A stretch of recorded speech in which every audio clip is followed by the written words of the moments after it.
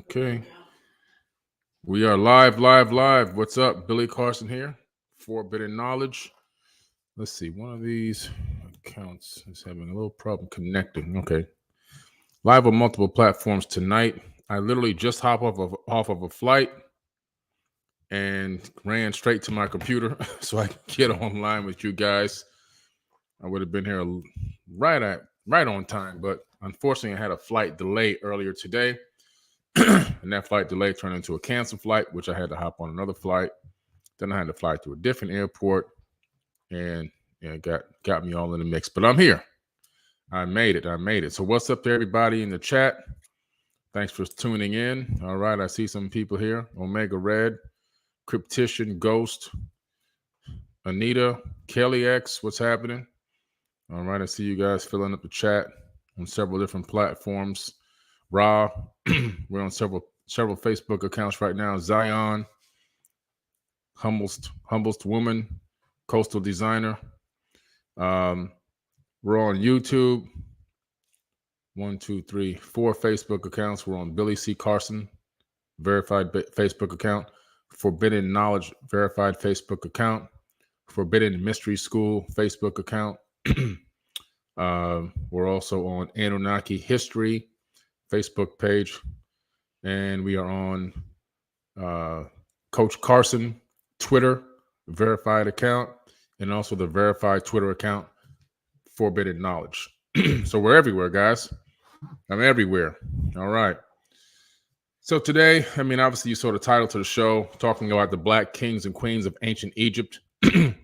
As I came up with the idea for the show and the need to talk about this topic, I realized it was so much deeper than just one YouTube video.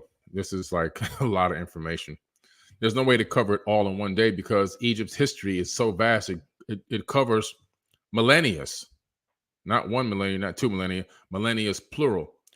And so we're talking about eons of culture ruling in a region of the planet and even taking over the majority or spreading out over the majority of the planet.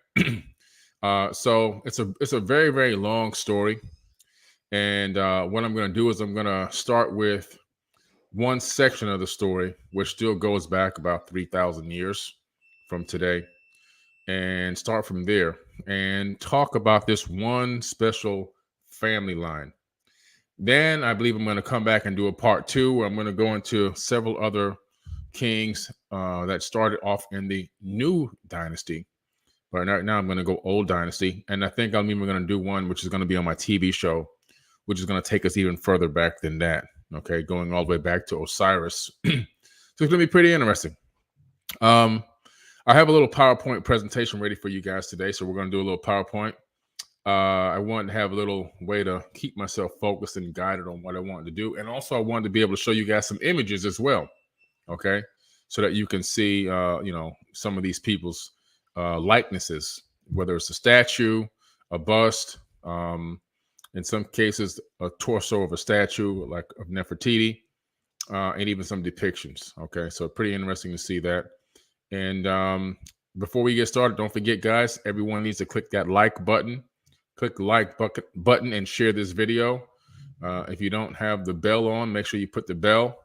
And also, if you want to get notifications from me by text when I go live on YouTube and other accounts, just text me. That way you can be on my text message list, because we all know, for whatever reason, these platforms don't send out all the messages. Okay, they just don't do it. So 954-245-0086. You can text me. Text hashtag live, LIVE. I'm going to drop it in the chat right now. Text hashtag live to 954-245-0086. That will put you in my live, community for my text messages, and I'll be able to just send that text to everyone who wants to see me when I go live. And then you'll know. Here's the link. You click on it right from your phone or your mobile device, and it comes right to the live. All right, that way you can be involved, and you'll get my notifications, because for whatever reason, they just don't all go out. Also, if you didn't know, we had a video that I did with 19 Keys 19 Keys has a podcast called High Level Conversations. It's on the Earn Your Leisure YouTube account. Earn Your Leisure. It's like the largest financial literacy account online right now. They're pretty big. They've already blown up. They're phenomenal. And so Earn Your Leisure has its own podcast platform, kind of like I do. They have their own podcasters on their network. 19 Keys is one of them. And his podcast is called High Level Conversations. And about 14 days ago now, I interviewed with him, and he released that on the Earn Your Leisure podcast network. And that's a financial network. Now, what's interesting is I went there prepared with my financial book. I went there with my Woke Don't Mean Broke book, right? Woke doesn't mean broke. And I'm all, on the plane. I'm going over some of my topics and so forth. And I'm ready to answer anything he throws at me dealing with financial literacy. And we sit down. I get mic'd up. And he starts asking me about ancient Egypt, ancient Sumeria, esoteric wisdom, mystery school teachings, quantum physics, quantum mechanics, sacred geometry, aliens, UFOs. We never talked about financial literacy. And I remember I was going, man, I wonder if that platform is going to like this kind of information, because this is totally like to the left of what they're used to seeing on this platform. And long story short, that's the number one video in terms of views on the entire Earn Your Leisure platform right now, with 1.3 million views in just a couple of weeks. It's the number one viewed video on the entire platform, and that's a financial literacy platform. And the reason why I bring this up is not because I'm bragging.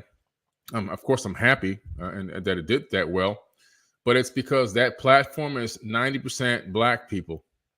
It's a global platform, but it's 90% Black. And what that tells me is there's a real shift in consciousness happening in the Black community, whereas that would have never happened 5 years ago. If that was a financial YouTube account 5 years ago and my video dropped on that network, it would have been scrutinized. It would have been scoffed. It would have been, begged to be deleted and everything else. But this era and this moment in this time was the right time. People want the knowledge. They want the knowledge. They're getting away from all this religious stuff. They're starting to break away. They're starting to realize, let me ask more questions. Let me hypothesize for myself. Let me think about through these things logically, because some of this stuff I've been brought into just doesn't make any sense. And when they hear some of this alternative information backed by science, is the way I bring it, they then have to go, wow, let me sit back. I need to dig into this stuff. It becomes very interesting. It becomes a very interesting conversation, very interesting topics.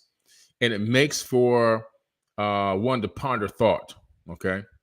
And so right now, it just happened to be the right time and the right place. And that video went uber viral. It's probably the most viral video that I've ever been involved in, with 1.3 million. It's actually at 1.3 million, 330,000 or some crazy number like that already. 42,000 likes and almost 7,300 comments, I believe, the last time I checked. And people are having great communications and great conversations in that comment box underneath the caption, underneath the video, which is pretty interesting. So the conversation is still going weeks later in the comments. Pretty interesting. And the shares are just through the roof. So hats out. Shout out to 19 Keys for giving me an opportunity to speak on his platform and on the Earn Your Leisure platform. Shout out to Rashad and Troy Mills. So I appreciate the opportunity, guys. Thank you for letting me get on there and bring what the piece of the puzzle that I'm best at, which is bringing this type of information and knowledge to the world. All right. So it was amazing. It was amazing. All right. So now let me go here. I'm going to start this PowerPoint presentation so we can get this thing cranking, guys. All right. Let's see. Who's this here? So, Poker Jones. Thank you, brother, for adding my TV show to your network. This is us. To us, this is a dream come true. Y'all make sure you check out my TV show, Soul and Blues, live on Forbidden Knowledge TV. All right. Shout out to Poker Jones. All right. Appreciate you, brother. Thanks for being on the network. Obviously, he went through the process. He went through the content. If you have anything that's worthwhile putting up on the network, send an email to content at forbiddenknowledge.com. Content at forbiddenknowledge.com. And it'll be reviewed by our team. And if they deem it worthy, it'll go up on the network. All right. Great exposure for you. So, hey, thanks a lot. Shout out to Poker. All right, let me go ahead and get this PowerPoint started so we can get into this. I'm gonna share my screen.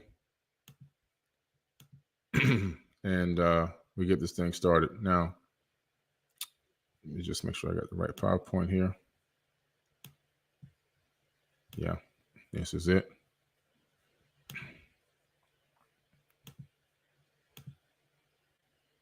And let's go ahead and make this full screen. All right. I'm going to get my shameless plugs out of the way in the beginning because that's what you're supposed to do. Anyway, this is my book, Compendium of the Emerald Tablets. It is a bestseller now for 3 years in a row. It's a bestseller in 5 countries. This one is in 5 countries. The other book's in 4. In 5 countries. All right. So this QR code, you scan it, it'll take you right to where you can buy the book. That's the Compendium of the Emerald Tablets, a beginner's guide by Billy Carson. And this book, I mean, don't listen to me. Just go to look at the Amazon reviews and read them. Then you'll understand why it's a bestseller. It's a 5-star book with thousands of reviews. You can't just do that on Amazon unless you have something really good. It's almost impossible to get 5 stars. And you can't fake Amazon. That's what I love about it. You can't fake the reviews on Amazon. So it's all real. It's all organic. Woke doesn't mean broke. It's another bestseller now, 1 year in 4 countries. Okay, so if you want to learn financial literacy, this book is 688 pages. It's a tome of information. It's not just a little tiny thin book. The book is massive. And it's got a reference guide in the back. So you go to the reference section. You want to learn about eliminating student loans. You want to learn about building your credit. You want to learn about financial, spiritual finance and spirituality mixed together. You want to learn about how to invest in the stock market and options. You want to learn about what types of life insurance policies to get and why. You want to learn about all these different topics. Anything you can think of dealing with in financial literacy. It's in the book. You go to the reference section in the back, find what you want to learn about, and go right to that section and then study that. Okay. Kind of like how I have my law book here. My law books have the same exact setup. Which, by the way, I'm waiting for my results now from my bar exam. And if you want to try Forbidden Knowledge TV, okay, you can use this QR code here or go to 4bk.tv and get a free trial or scan this QR code. You can also go on Apple TV, Roku, Amazon Fire TV, the iOS App Store for Apple devices, and Google Play for Android devices. And you can also sign up through there for a free 3-day trial to Forbidden Knowledge TV. This is our social media app, Unite the 99. Okay, it's a free social media app. And you can scan this QR code or go to Unite the 99 on your app store and get the app. Unite the 99 on your app store, get the free social media app. We're in there posting like crazy. There's thousands of us in there posting great content every single day. And what's great about it is there's a premium section in there. You go to the premium section in the app, and there's a dating group in the premium section called Date Conscious. It's for conscious dating. So if you're looking to meet somebody that's on the same frequency as you, that wants to talk about esoteric wisdom, meditation, chakras, yoga, UFOs, aliens, ancient civilizations, the land of Kemet, whatever you want to learn and talk about together, you can go in there and make friends with somebody who's gonna be able to talk to you about that stuff. Forbidden Knowledge is raising money still through shares. You can own shares of Forbidden Knowledge. You can earn while you learn. This is we're in a Reg CF, which is coming to an end very, very soon. You can become a shareholder by scanning this QR code or going to forbiddenknowledge.com and clicking on invest. All right. And you can learn how you can become a shareholder in Forbidden Knowledge. We just got the approval from the attorney to make the official notice, which we were going to do it tomorrow on Elizabeth's show, but I'll give it to you here tonight as well. We are now officially making the official statement that we are going public in the first quarter of 2023. First quarter, we're going public. So everybody who owns shares, everyone who owns shares in round 1 and round 2, that money's rolling over into the NASDAQ when we go public. Great opportunity, guys. That's all I could tell you. If you don't have shares of Forbidden Knowledge, you need to get them ASAP. I think there's only 20 days left or 18 days left in round 2. And that's it, guys. And it moves into a Reggae Plus, which we already have that set, those finances set. And then from there, we move into NASDAQ. It's a big move. It's a big move, and it's a great opportunity, ground floor opportunity for you to get involved with a company that's doing very well and going to be very, very good. We're going to be massive, as we now have over 6,000 shows on our TV network, documentary shows, lectures, workshops, guides, study guides, all on the TV network.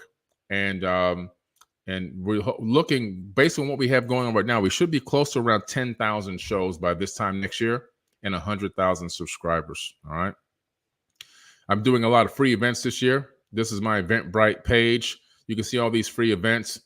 So you definitely want to be involved in this. Okay. And then to join all these free workshops, all you have to do is go to my website, Forbidden Knowledge, and go to workshops, or if they're all on Eventbrite, go to eventbrite.com and just type in Billy Carson. They'll pop up, or you can scan this QR code. It'll take you right to my Eventbrite page, and all of them say $0.0, except for the Black Knight Satellite movie premiere. If you're going to come to the movie premiere of the Black Knight Satellite, that's going to be June the 5th. You got to fly into town. All the information is on Eventbrite. It's in Royal Oak at the Imagine Theaters. It's a black tie affair, so make sure you're dressed to impress. You're going to walk the red carpet with me and take photos, shake my hand. I'll sign your books, whatever you have. I'll speak for an hour, and then we're going to watch the movie that I produced. It's going to be a great, great night. So looking forward to that, okay? Now, also, we're doing giveaways. The next item I'm giving away is this Apple TV. Hopefully you guys can see it. I had it in my hand right here. 954 text giveaway. Text hashtag giveaway to 954-245-0086. That's hashtag giveaway to 954-245-0086. You might win a tablet, a flat screen TV, a MacBook Pro. We've given all this stuff away many times already, but we're getting back into our giving mode. So we're going to be giving this stuff away once a month. No purchase necessary. Nothing to buy. No purchase necessary. Just a random person gets pulled out of the text database, and we send you a free gift. We pay for the shipping. We only ask that once you get it, you take a picture with it, or at least send it to us so we can put it up on Forbidden Giveaways Instagram account. And if you'd like to, some people would love to have them go live with us so we can at least get their response or reaction to the gift as well. Okay. All right. We're going to talk about the Black Pharaohs of Egypt tonight. This is typically where a lot of the history seems to want to start off to talk about Black Pharaohs. Now, what's interesting is when you go into, I had to take a class at Harvard for ancient civilizations, which I got my certificate in ancient civilizations from Harvard. And as you're going through the information, a lot of it is really starting off in the new dynasty, like the new eras, 25th and up. And what's interesting is you only find out about the pharaohs that are Roman, Greek. They really don't dig deep into this information. And so it leaves a lot of people around the world questioning, were there ever any Black people in the land of Egypt? Were there any Black people that even ruled over Egypt and Africa at all? Well, the answer is yes. And it's well documented. It's well known. It's well stated. It's just that, unfortunately, a lot of the information we're given in our regular classes here in America, not in other parts of the world, in America, is played with. It's very curated. Let me put it that way. It's very curated, highly curated.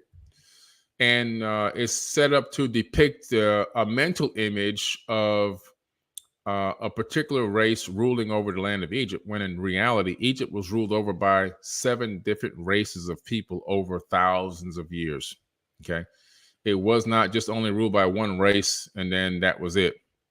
I've been there many times. I'm going back again in October. Some of the people probably listening to my voice right now will be with me in October. So I'm looking forward to that. I saw a gentleman the other night at the Miami Heat game. He walked down to me. I was sitting in the front row. He walked down, tapped me on the shoulder. He said, "Hey, Mr. Carson, I'm going to be in Egypt with you in October." So I'm looking forward to it. A lot of people are going to this trip. I think we have 70 people going with me. I'm going to be your private guide there. All right. It's sold out now, so you can't get in, but maybe in 2023, we'll do it again. All right. But this is where they kind of start off. They kind of start off here at this point, the 8th century, which is about 2,800 years ago. Kushite rulers were crowned as kings of Egypt, ruling a combined Nubian and Egyptian kingdom as pharaohs of Egypt in the 25th dynasty. And those Kushite kings are commonly referred to as the Black Pharaohs in both scholarly and publications. So you look at, the National Geographic, we'll talk about this. Several books that you go and study and records that you study for courses and classes in ancient Egyptian civilizations will also talk about this. So they do mention that there were Black pharaohs in Egypt. Unfortunately, they typically never make it into movies, documentaries, TV shows. They always show the Roman Greek, version of the pharaohs, which came much, much later, versus the original peoples of the land of Chem, which is the real name of Egypt, the land of Chem, the Kemetic people. What's interesting is the Dogon tribe. I didn't have a chance to get the images together for the Dogon tribe because of rushing to get here, but the Dogon tribe is literally the first tribe to rule in the land of Chem. Very, very, I'm talking about millennia, tens of thousands of years ago. We're going back far, deep antiquity. In the Emerald Tablets, Thoth talks about a great flood that covered most of the land on Earth. And this flood had literally put people back into the Stone Ages. And we know this because he says that the people had become barbarians and had started to live back in caves. So it must have been a couple of generations that had gone by when this flood had covered all the technology. All the temples were buried in mud. He's talking about now some temples starting to come up out of the mud as the waters are residing and starting to dry out. The barbarians are coming out of the cave. Just the terminology he used for them, not that they were cave-in, but that they had lost their high level of consciousness and their technological capabilities. And Thoth says that he's going to help. He tells them, I'm going to help you rebuild. I'm going to help you, rise back up to a high level of civilization. He didn't say, I'm going to teach you how to become a high level of civilization. He said, I'm going to teach you how to get back to where you were before this global flood destroyed the planet. So we're talking about a race of people that were already high tech, that were already super advanced before the Great Flood, pre-diluvial, then post-diluvial, right? That means after the flood. We see Thoth, the Atlantean priest king, and this is around 36,000 years ago, now helping to re-kickstart civilization in the land of Chem. Rebuilding, okay? Rebuilding, not building for the first time, but rebuilding. And rebuilding with the Dogons in the land of Chem. And he laid out the architectural floor plan for the Great Pyramid, which is now at Giza. And so, the pyramid structure at Giza is a combination of built by Kemetic people and Thoth. Thoth laid out the master architectural floor plan for the Great Pyramid. It doesn't mean he built every single pyramid. It doesn't mean he actually physically used his own hands to even build the Great Pyramid. But what it means is the architectural floor plan for that structure came from Thoth, the Atlantean priest king. He ruled over the land of Chem for 14,000 years. One man. That's not Billy Carson saying this. That's the Egyptians saying this. And if you don't believe me, take a trip to Egypt and read the hieroglyphs. They tell you right there. That's according to the ancient Egyptians. That's their record, not my record. That's their account, not my account.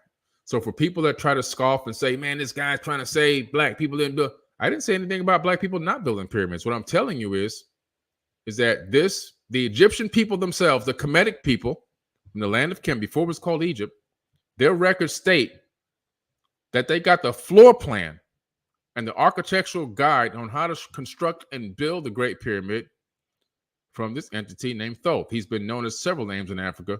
Thoth, Tahuti, Jehudi, Jehudi, all the same person. All the same person, all right?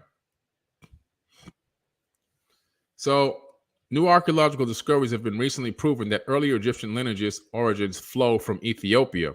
It's also known as grandmother. So when you see that term grandmother in some of these ancient texts, they're talking about Ethiopia to Nubia, which is now called mother, or back then we used to call it mother. So in some of the African texts, they refer to Ethiopia as grandmother, and Nubia, which is a newer no, it's still ancient, but now at that time newer, it was called Mother to Kemet. Okay, because out of Nubia then came Kemet. The people of Kemet came out of Nubia.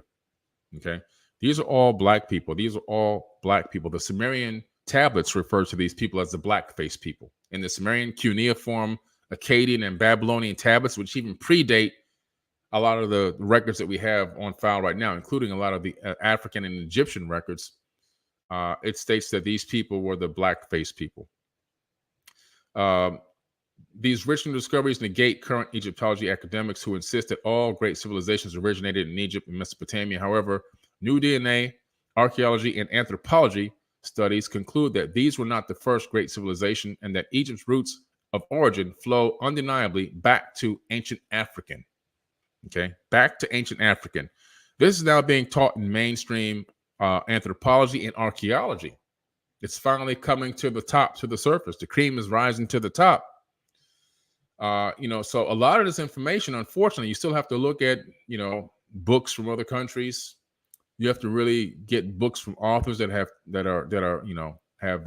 are masters in anthropology, doctors in different sciences and archaeology and so forth, that have pulled together the data points and put them into books so that we can actually learn this information. It's slowly creeping into universities now, okay, and becoming part of the mainstream concept. But these are the facts. The facts are that the origins of the Kemetic people are black people, okay? And this is it's a well-known fact. Let's start off with, I'm going to talk about the bloodline of King Tut, King Tutankhamun, right? Tutankhamun. And let's start off with Thutmose IV, which would have been his great-grandfather. That would have been his great-grandfather, Thutmose IV, okay? Thutmose IV was the 8th pharaoh of the 18th dynasty of Egypt, who ruled in approximately the 14th century BC. And his prenomen or royal name, this is pretty cool, Menkapiru. It's hard to pronounce his name. Menkapiru means established in forms of Re. He was the son of Amenhotep II and Tia. So he was the son of Amenhotep II, who was also a black pharaoh. And Tia is the way you pronounce it, Taye. And another Taye came much later, which is King Tut's grandmother, but it was spelled differently. But Taye was not a queen. That's why they didn't name her as a queen. Taye is actually was a concubine of Thutmose IV, and of Amenhotep II. So Amenhotep was black, and Taye, nobody knows her exact race, and her face has never been shown, but she was a concubine of Amenhotep II, and she was not really his queen. Somebody was in his side chick, his side piece, but gave birth to a son, Thutmose IV, who did become a pharaoh. Okay, but this man was a black man. Now, his son, Amenhotep III, also known as Amenhotep the Magnificent or Amenhotep the Great, was the 9th pharaoh of the 18th dynasty. According to different authors, he ruled Egypt from 1386 to 1349 BC, or from June 1388 BC to December 1351 BC. We're talking about, we're going back now over 3,000 years ago in this range that we're in right now. We're talking about, antiquity, deep antiquity. After his father, Thutmose IV, died. So he ruled after his father died. His father was the 8th. He became the 9th. And I mean, clearly, obviously, from this bust. Now, these busts that I'm showing you here, by the way, this one here, Thutmose IV, and this one here, Amenhotep III, these are at the Cairo Museum. And now they're at the brand new museum that's opening up, because that old museum has been, everything's been taken out and moved into a new museum, which is opening up very soon. But I've taken pictures of these with my own cameras when I went to the Cairo Museum in 2014. And so it's not a mystery to the people that travel and go to these places. It's just a mystery to a lot of people in America, because unfortunately, they don't show these images on TV and in movies and documentaries. They just don't do it. You always get a very skewed perception of reality when it comes to what happened in ancient Egypt and movies and so forth. And part of the reason is we're not writing any of those movies. We're not writing those stories. We're not acting in them because we're not casting ourselves, and we're not writing them and then acting in them. And so when you let that's what they call history, his story. When you let somebody else tell the story, they're always going to put their own spin on it. That's just the way life is, right? Nothing to get mad at. It's just the way it is.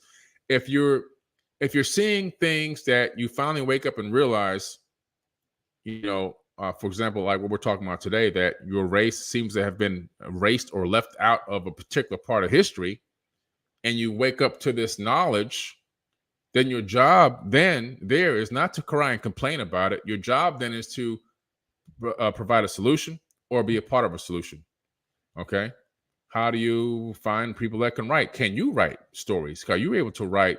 Can you write, movies?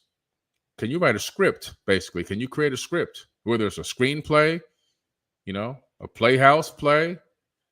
Can you participate in the forthcoming of wisdom and knowledge pertaining to some of the truths that have been kind of eradicated from history, versus sitting around and whining and complaining about it all the time?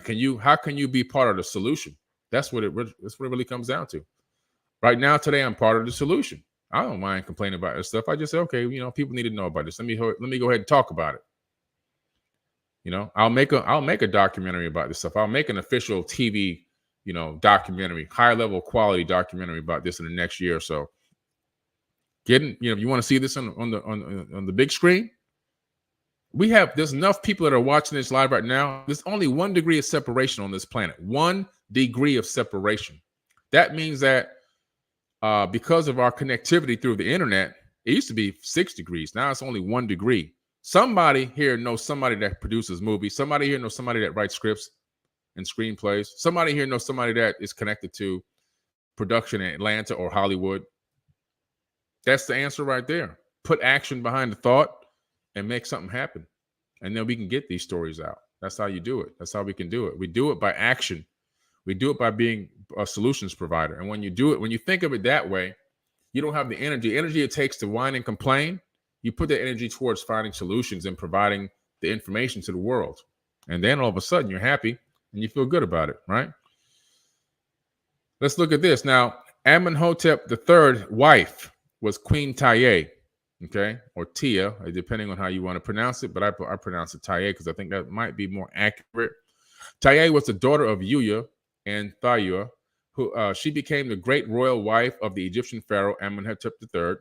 She was the mother of Akhenaten and the grandmother of Tutankhamun. Okay, so King Tut. She was King Tut's grandmother.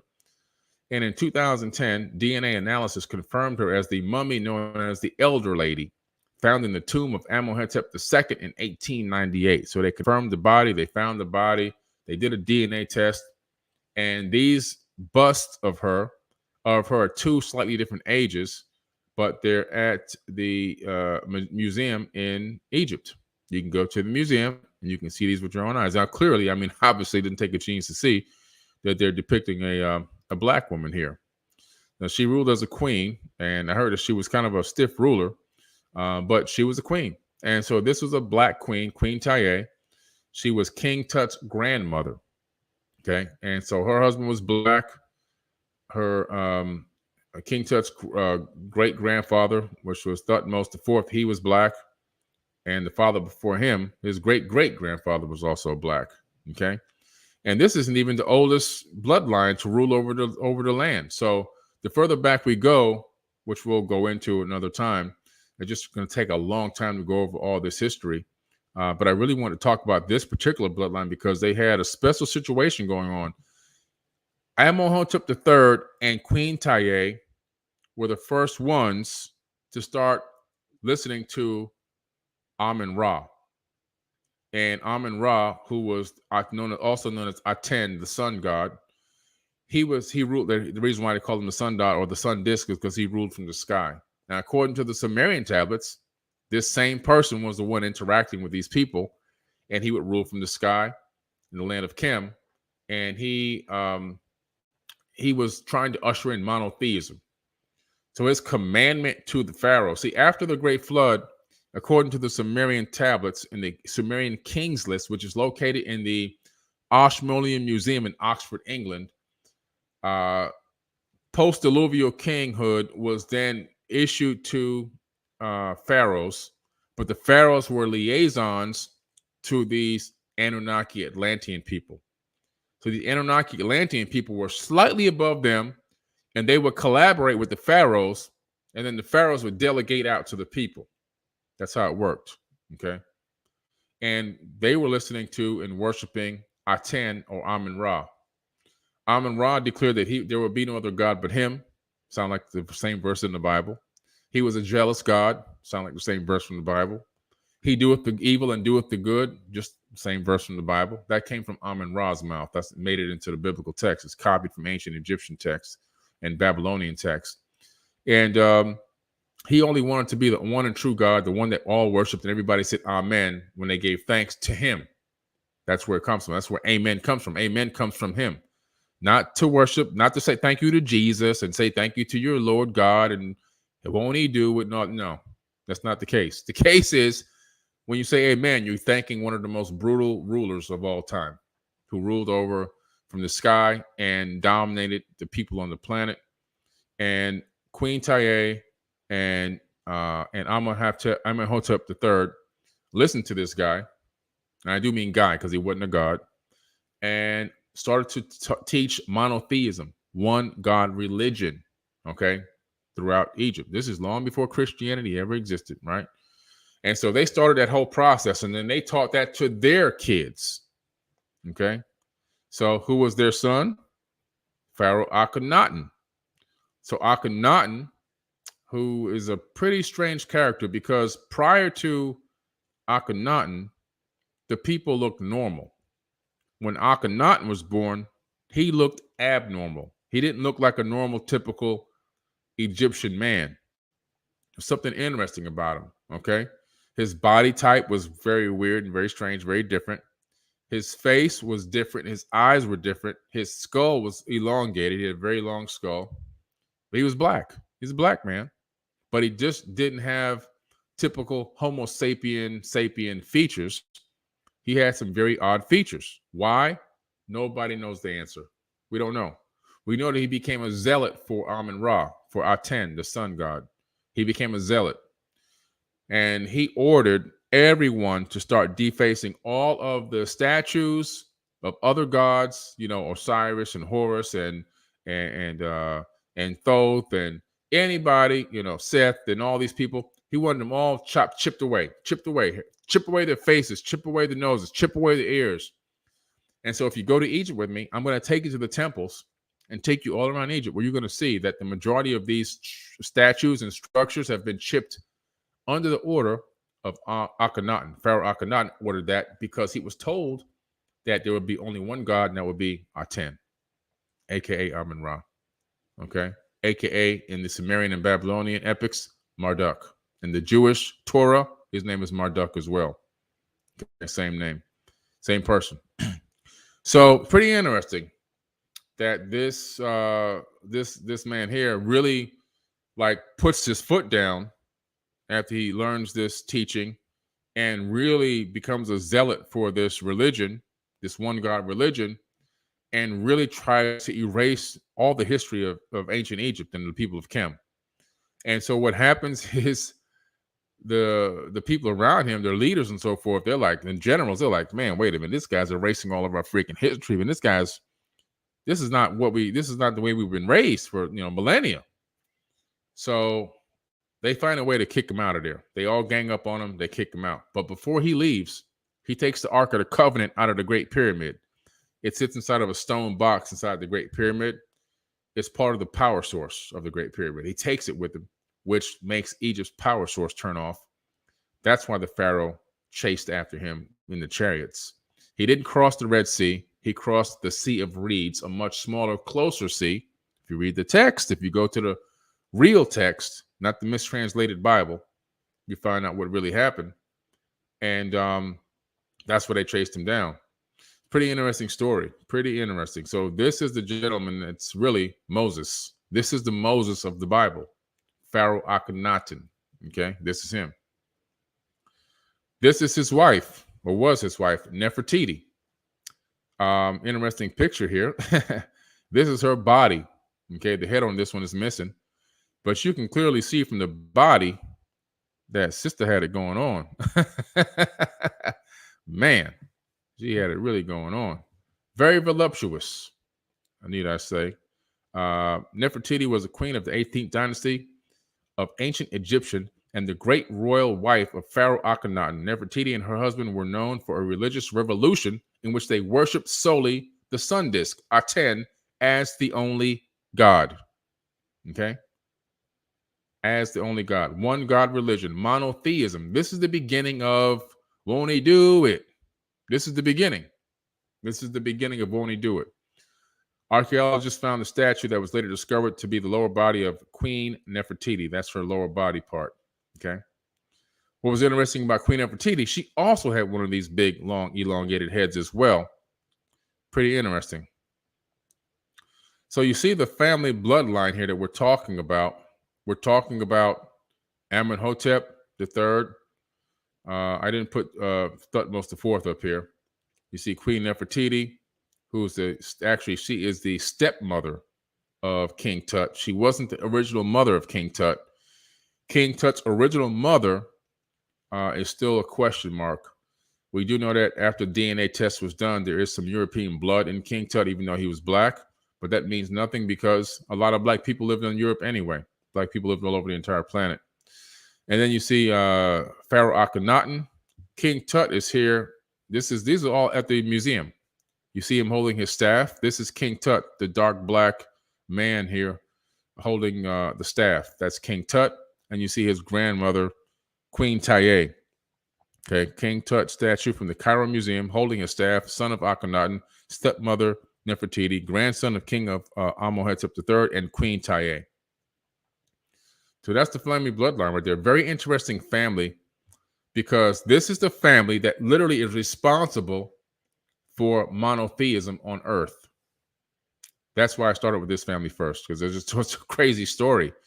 This family right here is the family that started monotheism, a one-god religion. Prior to this, people believed in multiple gods, right? And multiple beings and entities and deities and so forth and so on. But the religion that is taking over the majority of the planet came out of Kim. And it started right here with these people right here. This is who started it. This is the origin of it right here.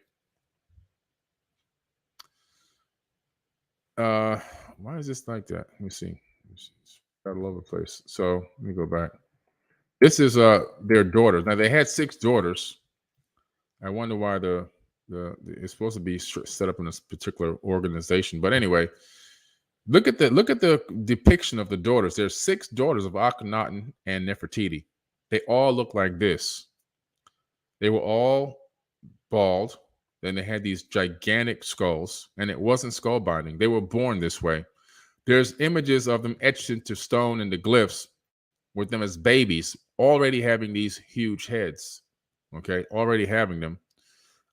There's no way for me to move this out the way, but there's 5 other photos behind this. All of them are depictions of the different daughters, and each daughter has the same exact shaped head. Very bulbous. If you look from the front view, you can see how it kind of swells up on the sides. They had more brain mass than an average human being. In some strange way, they seem to have been slightly different, starting with Pharaoh Akhenaten and his wife Nefertiti, who both had elongated skulls. And then looking down into their kids, their daughters all having these huge elongated skulls, still being black people, but in some strange way, not quite the same as an average person, having this extra brain mass, making them most likely very highly intelligent, because more brain usually means more intelligence in most cases. That's just a hypothesis. That's not a fact that I read anywhere. Just my hypothesis. Pretty interesting. I wish I could show you the other heads here. I don't wonder why I covered it up like that. It's pretty strange. Then you have King Tut. King Tutankhamun, okay, commonly referred to as King Tut, was an ancient Egyptian pharaoh who was the last of his royal family to rule during the end of the 18th dynasty. That's the end of the Old Kingdom. During the New Kingdom of Egyptian history, his father, believed to be the pharaoh Akhenaten, identifies the mummy found in the tomb KV55. This is really the end of like the old era, the end of, but right before really the new era started to really begin. This was like the end of it, actually. And what's interesting is this is King Tut's X-ray of his skull. So you look at the X-ray of his skull, and it's pretty interesting because he also had an elongated skull, even though Nefertiti was not his mother. What in the world is causing their skulls to all of a sudden change to this shape without skull binding? Again, because we know skull binding takes, it's done at birth, and it takes a very long time. The thing about skull binding is you don't get cranial mass. You actually shrink the size of the cranium with skull binding. We know Paraka skulls, which I have one in your house here. Maybe I'll bring it down when I show you guys. I put it online many times. They have more brain mass because the skull actually expanded. It didn't shrink. These skulls, King Tut, his 5 sisters, 6 sisters, I'm sorry, his stepmother, and his father all had these elongated skulls. It's like they just came out of nowhere. Nobody knows how or why. Interestingly enough, DNA test was done on King Tut's body. Part of the DNA came back as non-terrestrial. They didn't say extraterrestrial. They didn't say ET. It said non. In other words, they don't know where the DNA comes from. Part of the human DNA in King Tut is non-terrestrial. Okay? That's a scientific fact. You can't deny it. You can't hide from it. You can't run from it. It's real science. It's in the books. Interesting. Pretty interesting. And what is the correlation between these skulls, these massive skulls, and monotheism? In some strange way, those two things occurred at the same time. I don't believe in those kind of coincidences. There's something going on here. Eventually, I'm going to uncover it.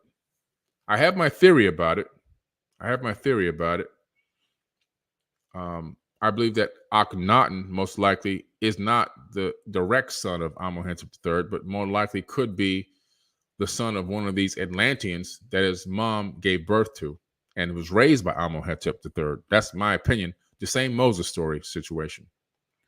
Because I know the second part of the story is the same Moses story. Okay. So in the beginning story, it's most likely, in my opinion, the fact that Akhenaten, Pharaoh Akhenaten is most likely the son of Amun-Ra. That's my hypothesis. That's not written down anywhere. That's not any fact in any book. That's Billy Carson's hypothesis. And how did I come up to that conclusion? I came to that conclusion because of reading the faithfulness of Akhenaten to Amun-Ra, and the fact that he actually, in one area, he states that he's the son of Amun-Ra, Aten.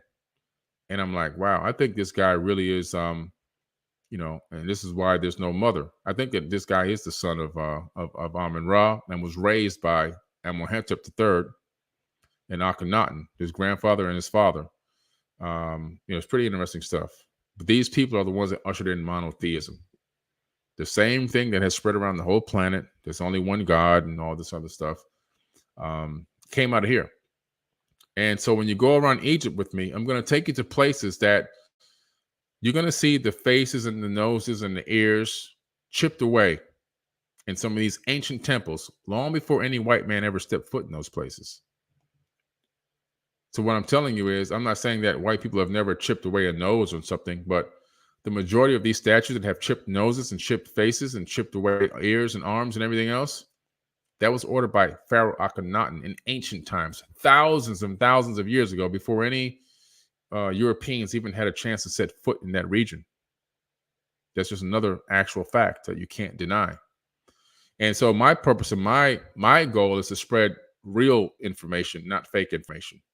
Because I can sit up here and tell you, all these faces was chipped noses was chipped off by white men. Actually, that's not the case. That's not the case. The case is Pharaoh Akhenaten ordered it to be done. The truth is the truth. You can't escape it. I'm not going to sit up here and propagate it. I'm not going to be like the people that talk about, Noah's Ark, and two animals went in side by side, and keep propagating these fake stories all around the world. I'm not going to keep propagating the fake story. The truth is, Akhenaten ordered it to be done, and he got kicked out of Egypt for this. Okay, and almost got hunted down and killed when he took the Ark of the Covenant with him, the power source of the ancient Egyptian pyramid, the Great Pyramid. But look at this head, pretty interesting. And you can see these heads if you travel with me to some of these places I go to. Some people are going to have the benefit of traveling with me to Egypt. There's a brand new museum that has not been opened yet with all this stuff in it and all these mummies in it. That is not, when we get there, it still won't be open. But just for me, because fortunately I have a lot of clout in Egypt with the tourism board and the people over there and the Egyptologists, the anthropologists, and I'm getting private access for our group and our group only. They're going to open the museum for us before it actually opens to the public, and we're going to go in and we're going to see these a lot of the stuff with our own eyes. When you travel, you get to see the other side of the story. You get to learn a lot when you travel. Oh, here it goes. Okay. I must have made a second slide and didn't delete the other one. So these are the sisters of King Tut. These are different girls. These are girls. These are women. Okay. And you can see their heads. Very interesting. Very, very interesting, which is also why Nefertiti wore that very big crown, that thing that covered over the entire skull. And these girls also primarily were bald, didn't have hair, and were depicted as such. And you can see how bulbous the head, how wide it gets in the back. It's not skull binding, it's enlarged, which means they had larger brains than us. These people were super highly intelligent. Yeah, these were black people, but these were highly intelligent black people. They were at another level. Their brains were massive, okay? Which is probably could be one of the reasons why a lot of technology came out of the land of Chem, came out of ancient Egypt. Chemistry from the land of chemistry, alchemy, right? All the sciences, sacred geometry, pi, phi, quantum physics, quantum mechanics, philosophy. All this stuff comes out of the ancient land of Chem, Nubia, and these other places. Ethiopia, grandmother, they called it.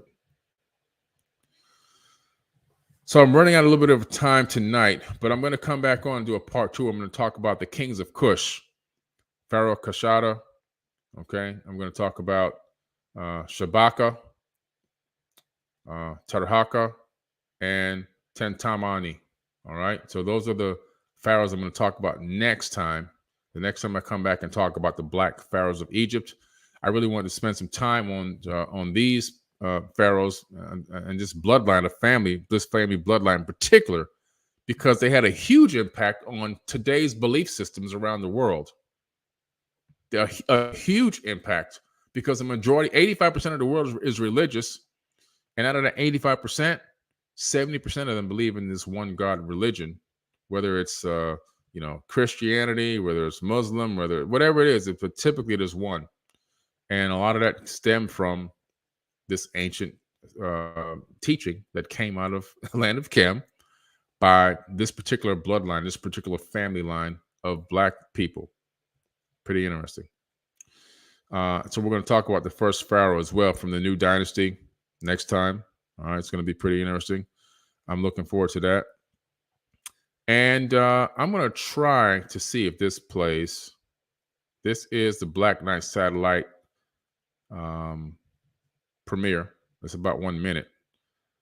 I'm going to see if this actually plays. For some reason, it was acting crazy last week. What I'm going to do is I'm going to go on my phone and see if it spins at the same time, if it actually plays for us. Because I really want you guys to get a chance to see this preview. If not, you'll be able to watch it on the YouTube channel. It's up there right now. It's one of my videos that are already up there. Okay. Let me just see if this plays. I'm going to go ahead and play it now.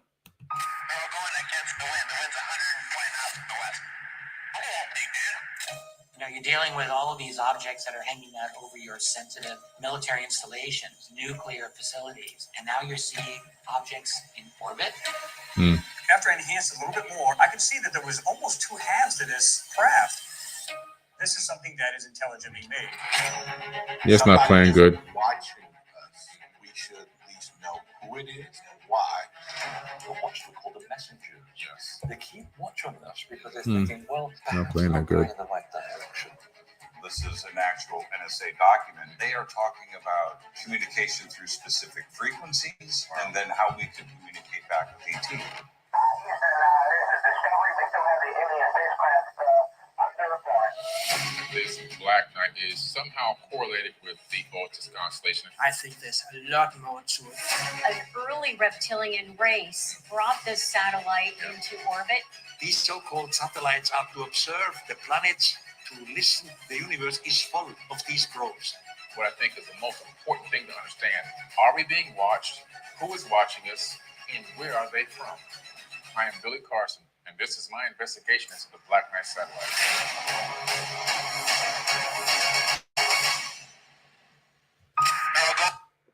Okay, I'm not sure if you guys could have saw that or not. It looks like from my phone it was a little staggered again. I don't know why it's doing that. It should be smooth on this StreamYard, but maybe I'll try it next time with a Zoom live.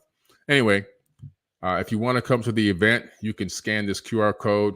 It'll take you to my workshops page. On my workshops page, you'll see the Black Knight Satellite movie premiere. You can come to the movie premiere and meet me in person. I'll be speaking there. We'll show the movie.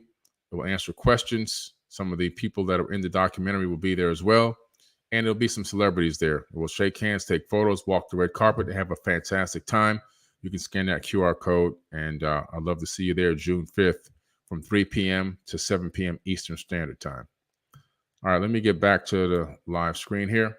Anyway, thanks for hanging out with me tonight, guys. I appreciate you. That's been a quick hour. Thank you for the donations, anybody's donations that came in tonight, any chat donations. I really, really appreciate it. Thank you so much. It's a big topic to talk about when we're talking about these black pharaohs and these black kings and these black queens. There's so many more I want to talk about. Queen Nefertari and just so many more I want to go into. But it's not just something you can talk about in just 1 hour. It's something that I would dig into. I could probably talk for 15, 20 hours on this. So I'm going to do some parts on this. I'm also going to create a highly produced show that's going to air on Forbidden Knowledge TV. High quality Discovery Channel level, Netflix level production. And I'm going to start writing that now so that I can have it possibly out maybe even by the end of the year. Okay. We're going to go to a studio and we got to go do some on-site stuff. And it's got to be highly, highly done. I want it very nicely done. But I will keep coming back on YouTube and talking about these black kings and queens. But today I want to focus on that one family because I thought out of the majority of the families that are out there, this one particular grouping, this small group of people had such a huge impact on the planet versus the belief systems that are going on right now. And they claim that they were told to do this by Amun-Ra. Pretty interesting. Pretty interesting that this happened and that it was able to literally go around, circumvent the entire planet and dominate the entire planet.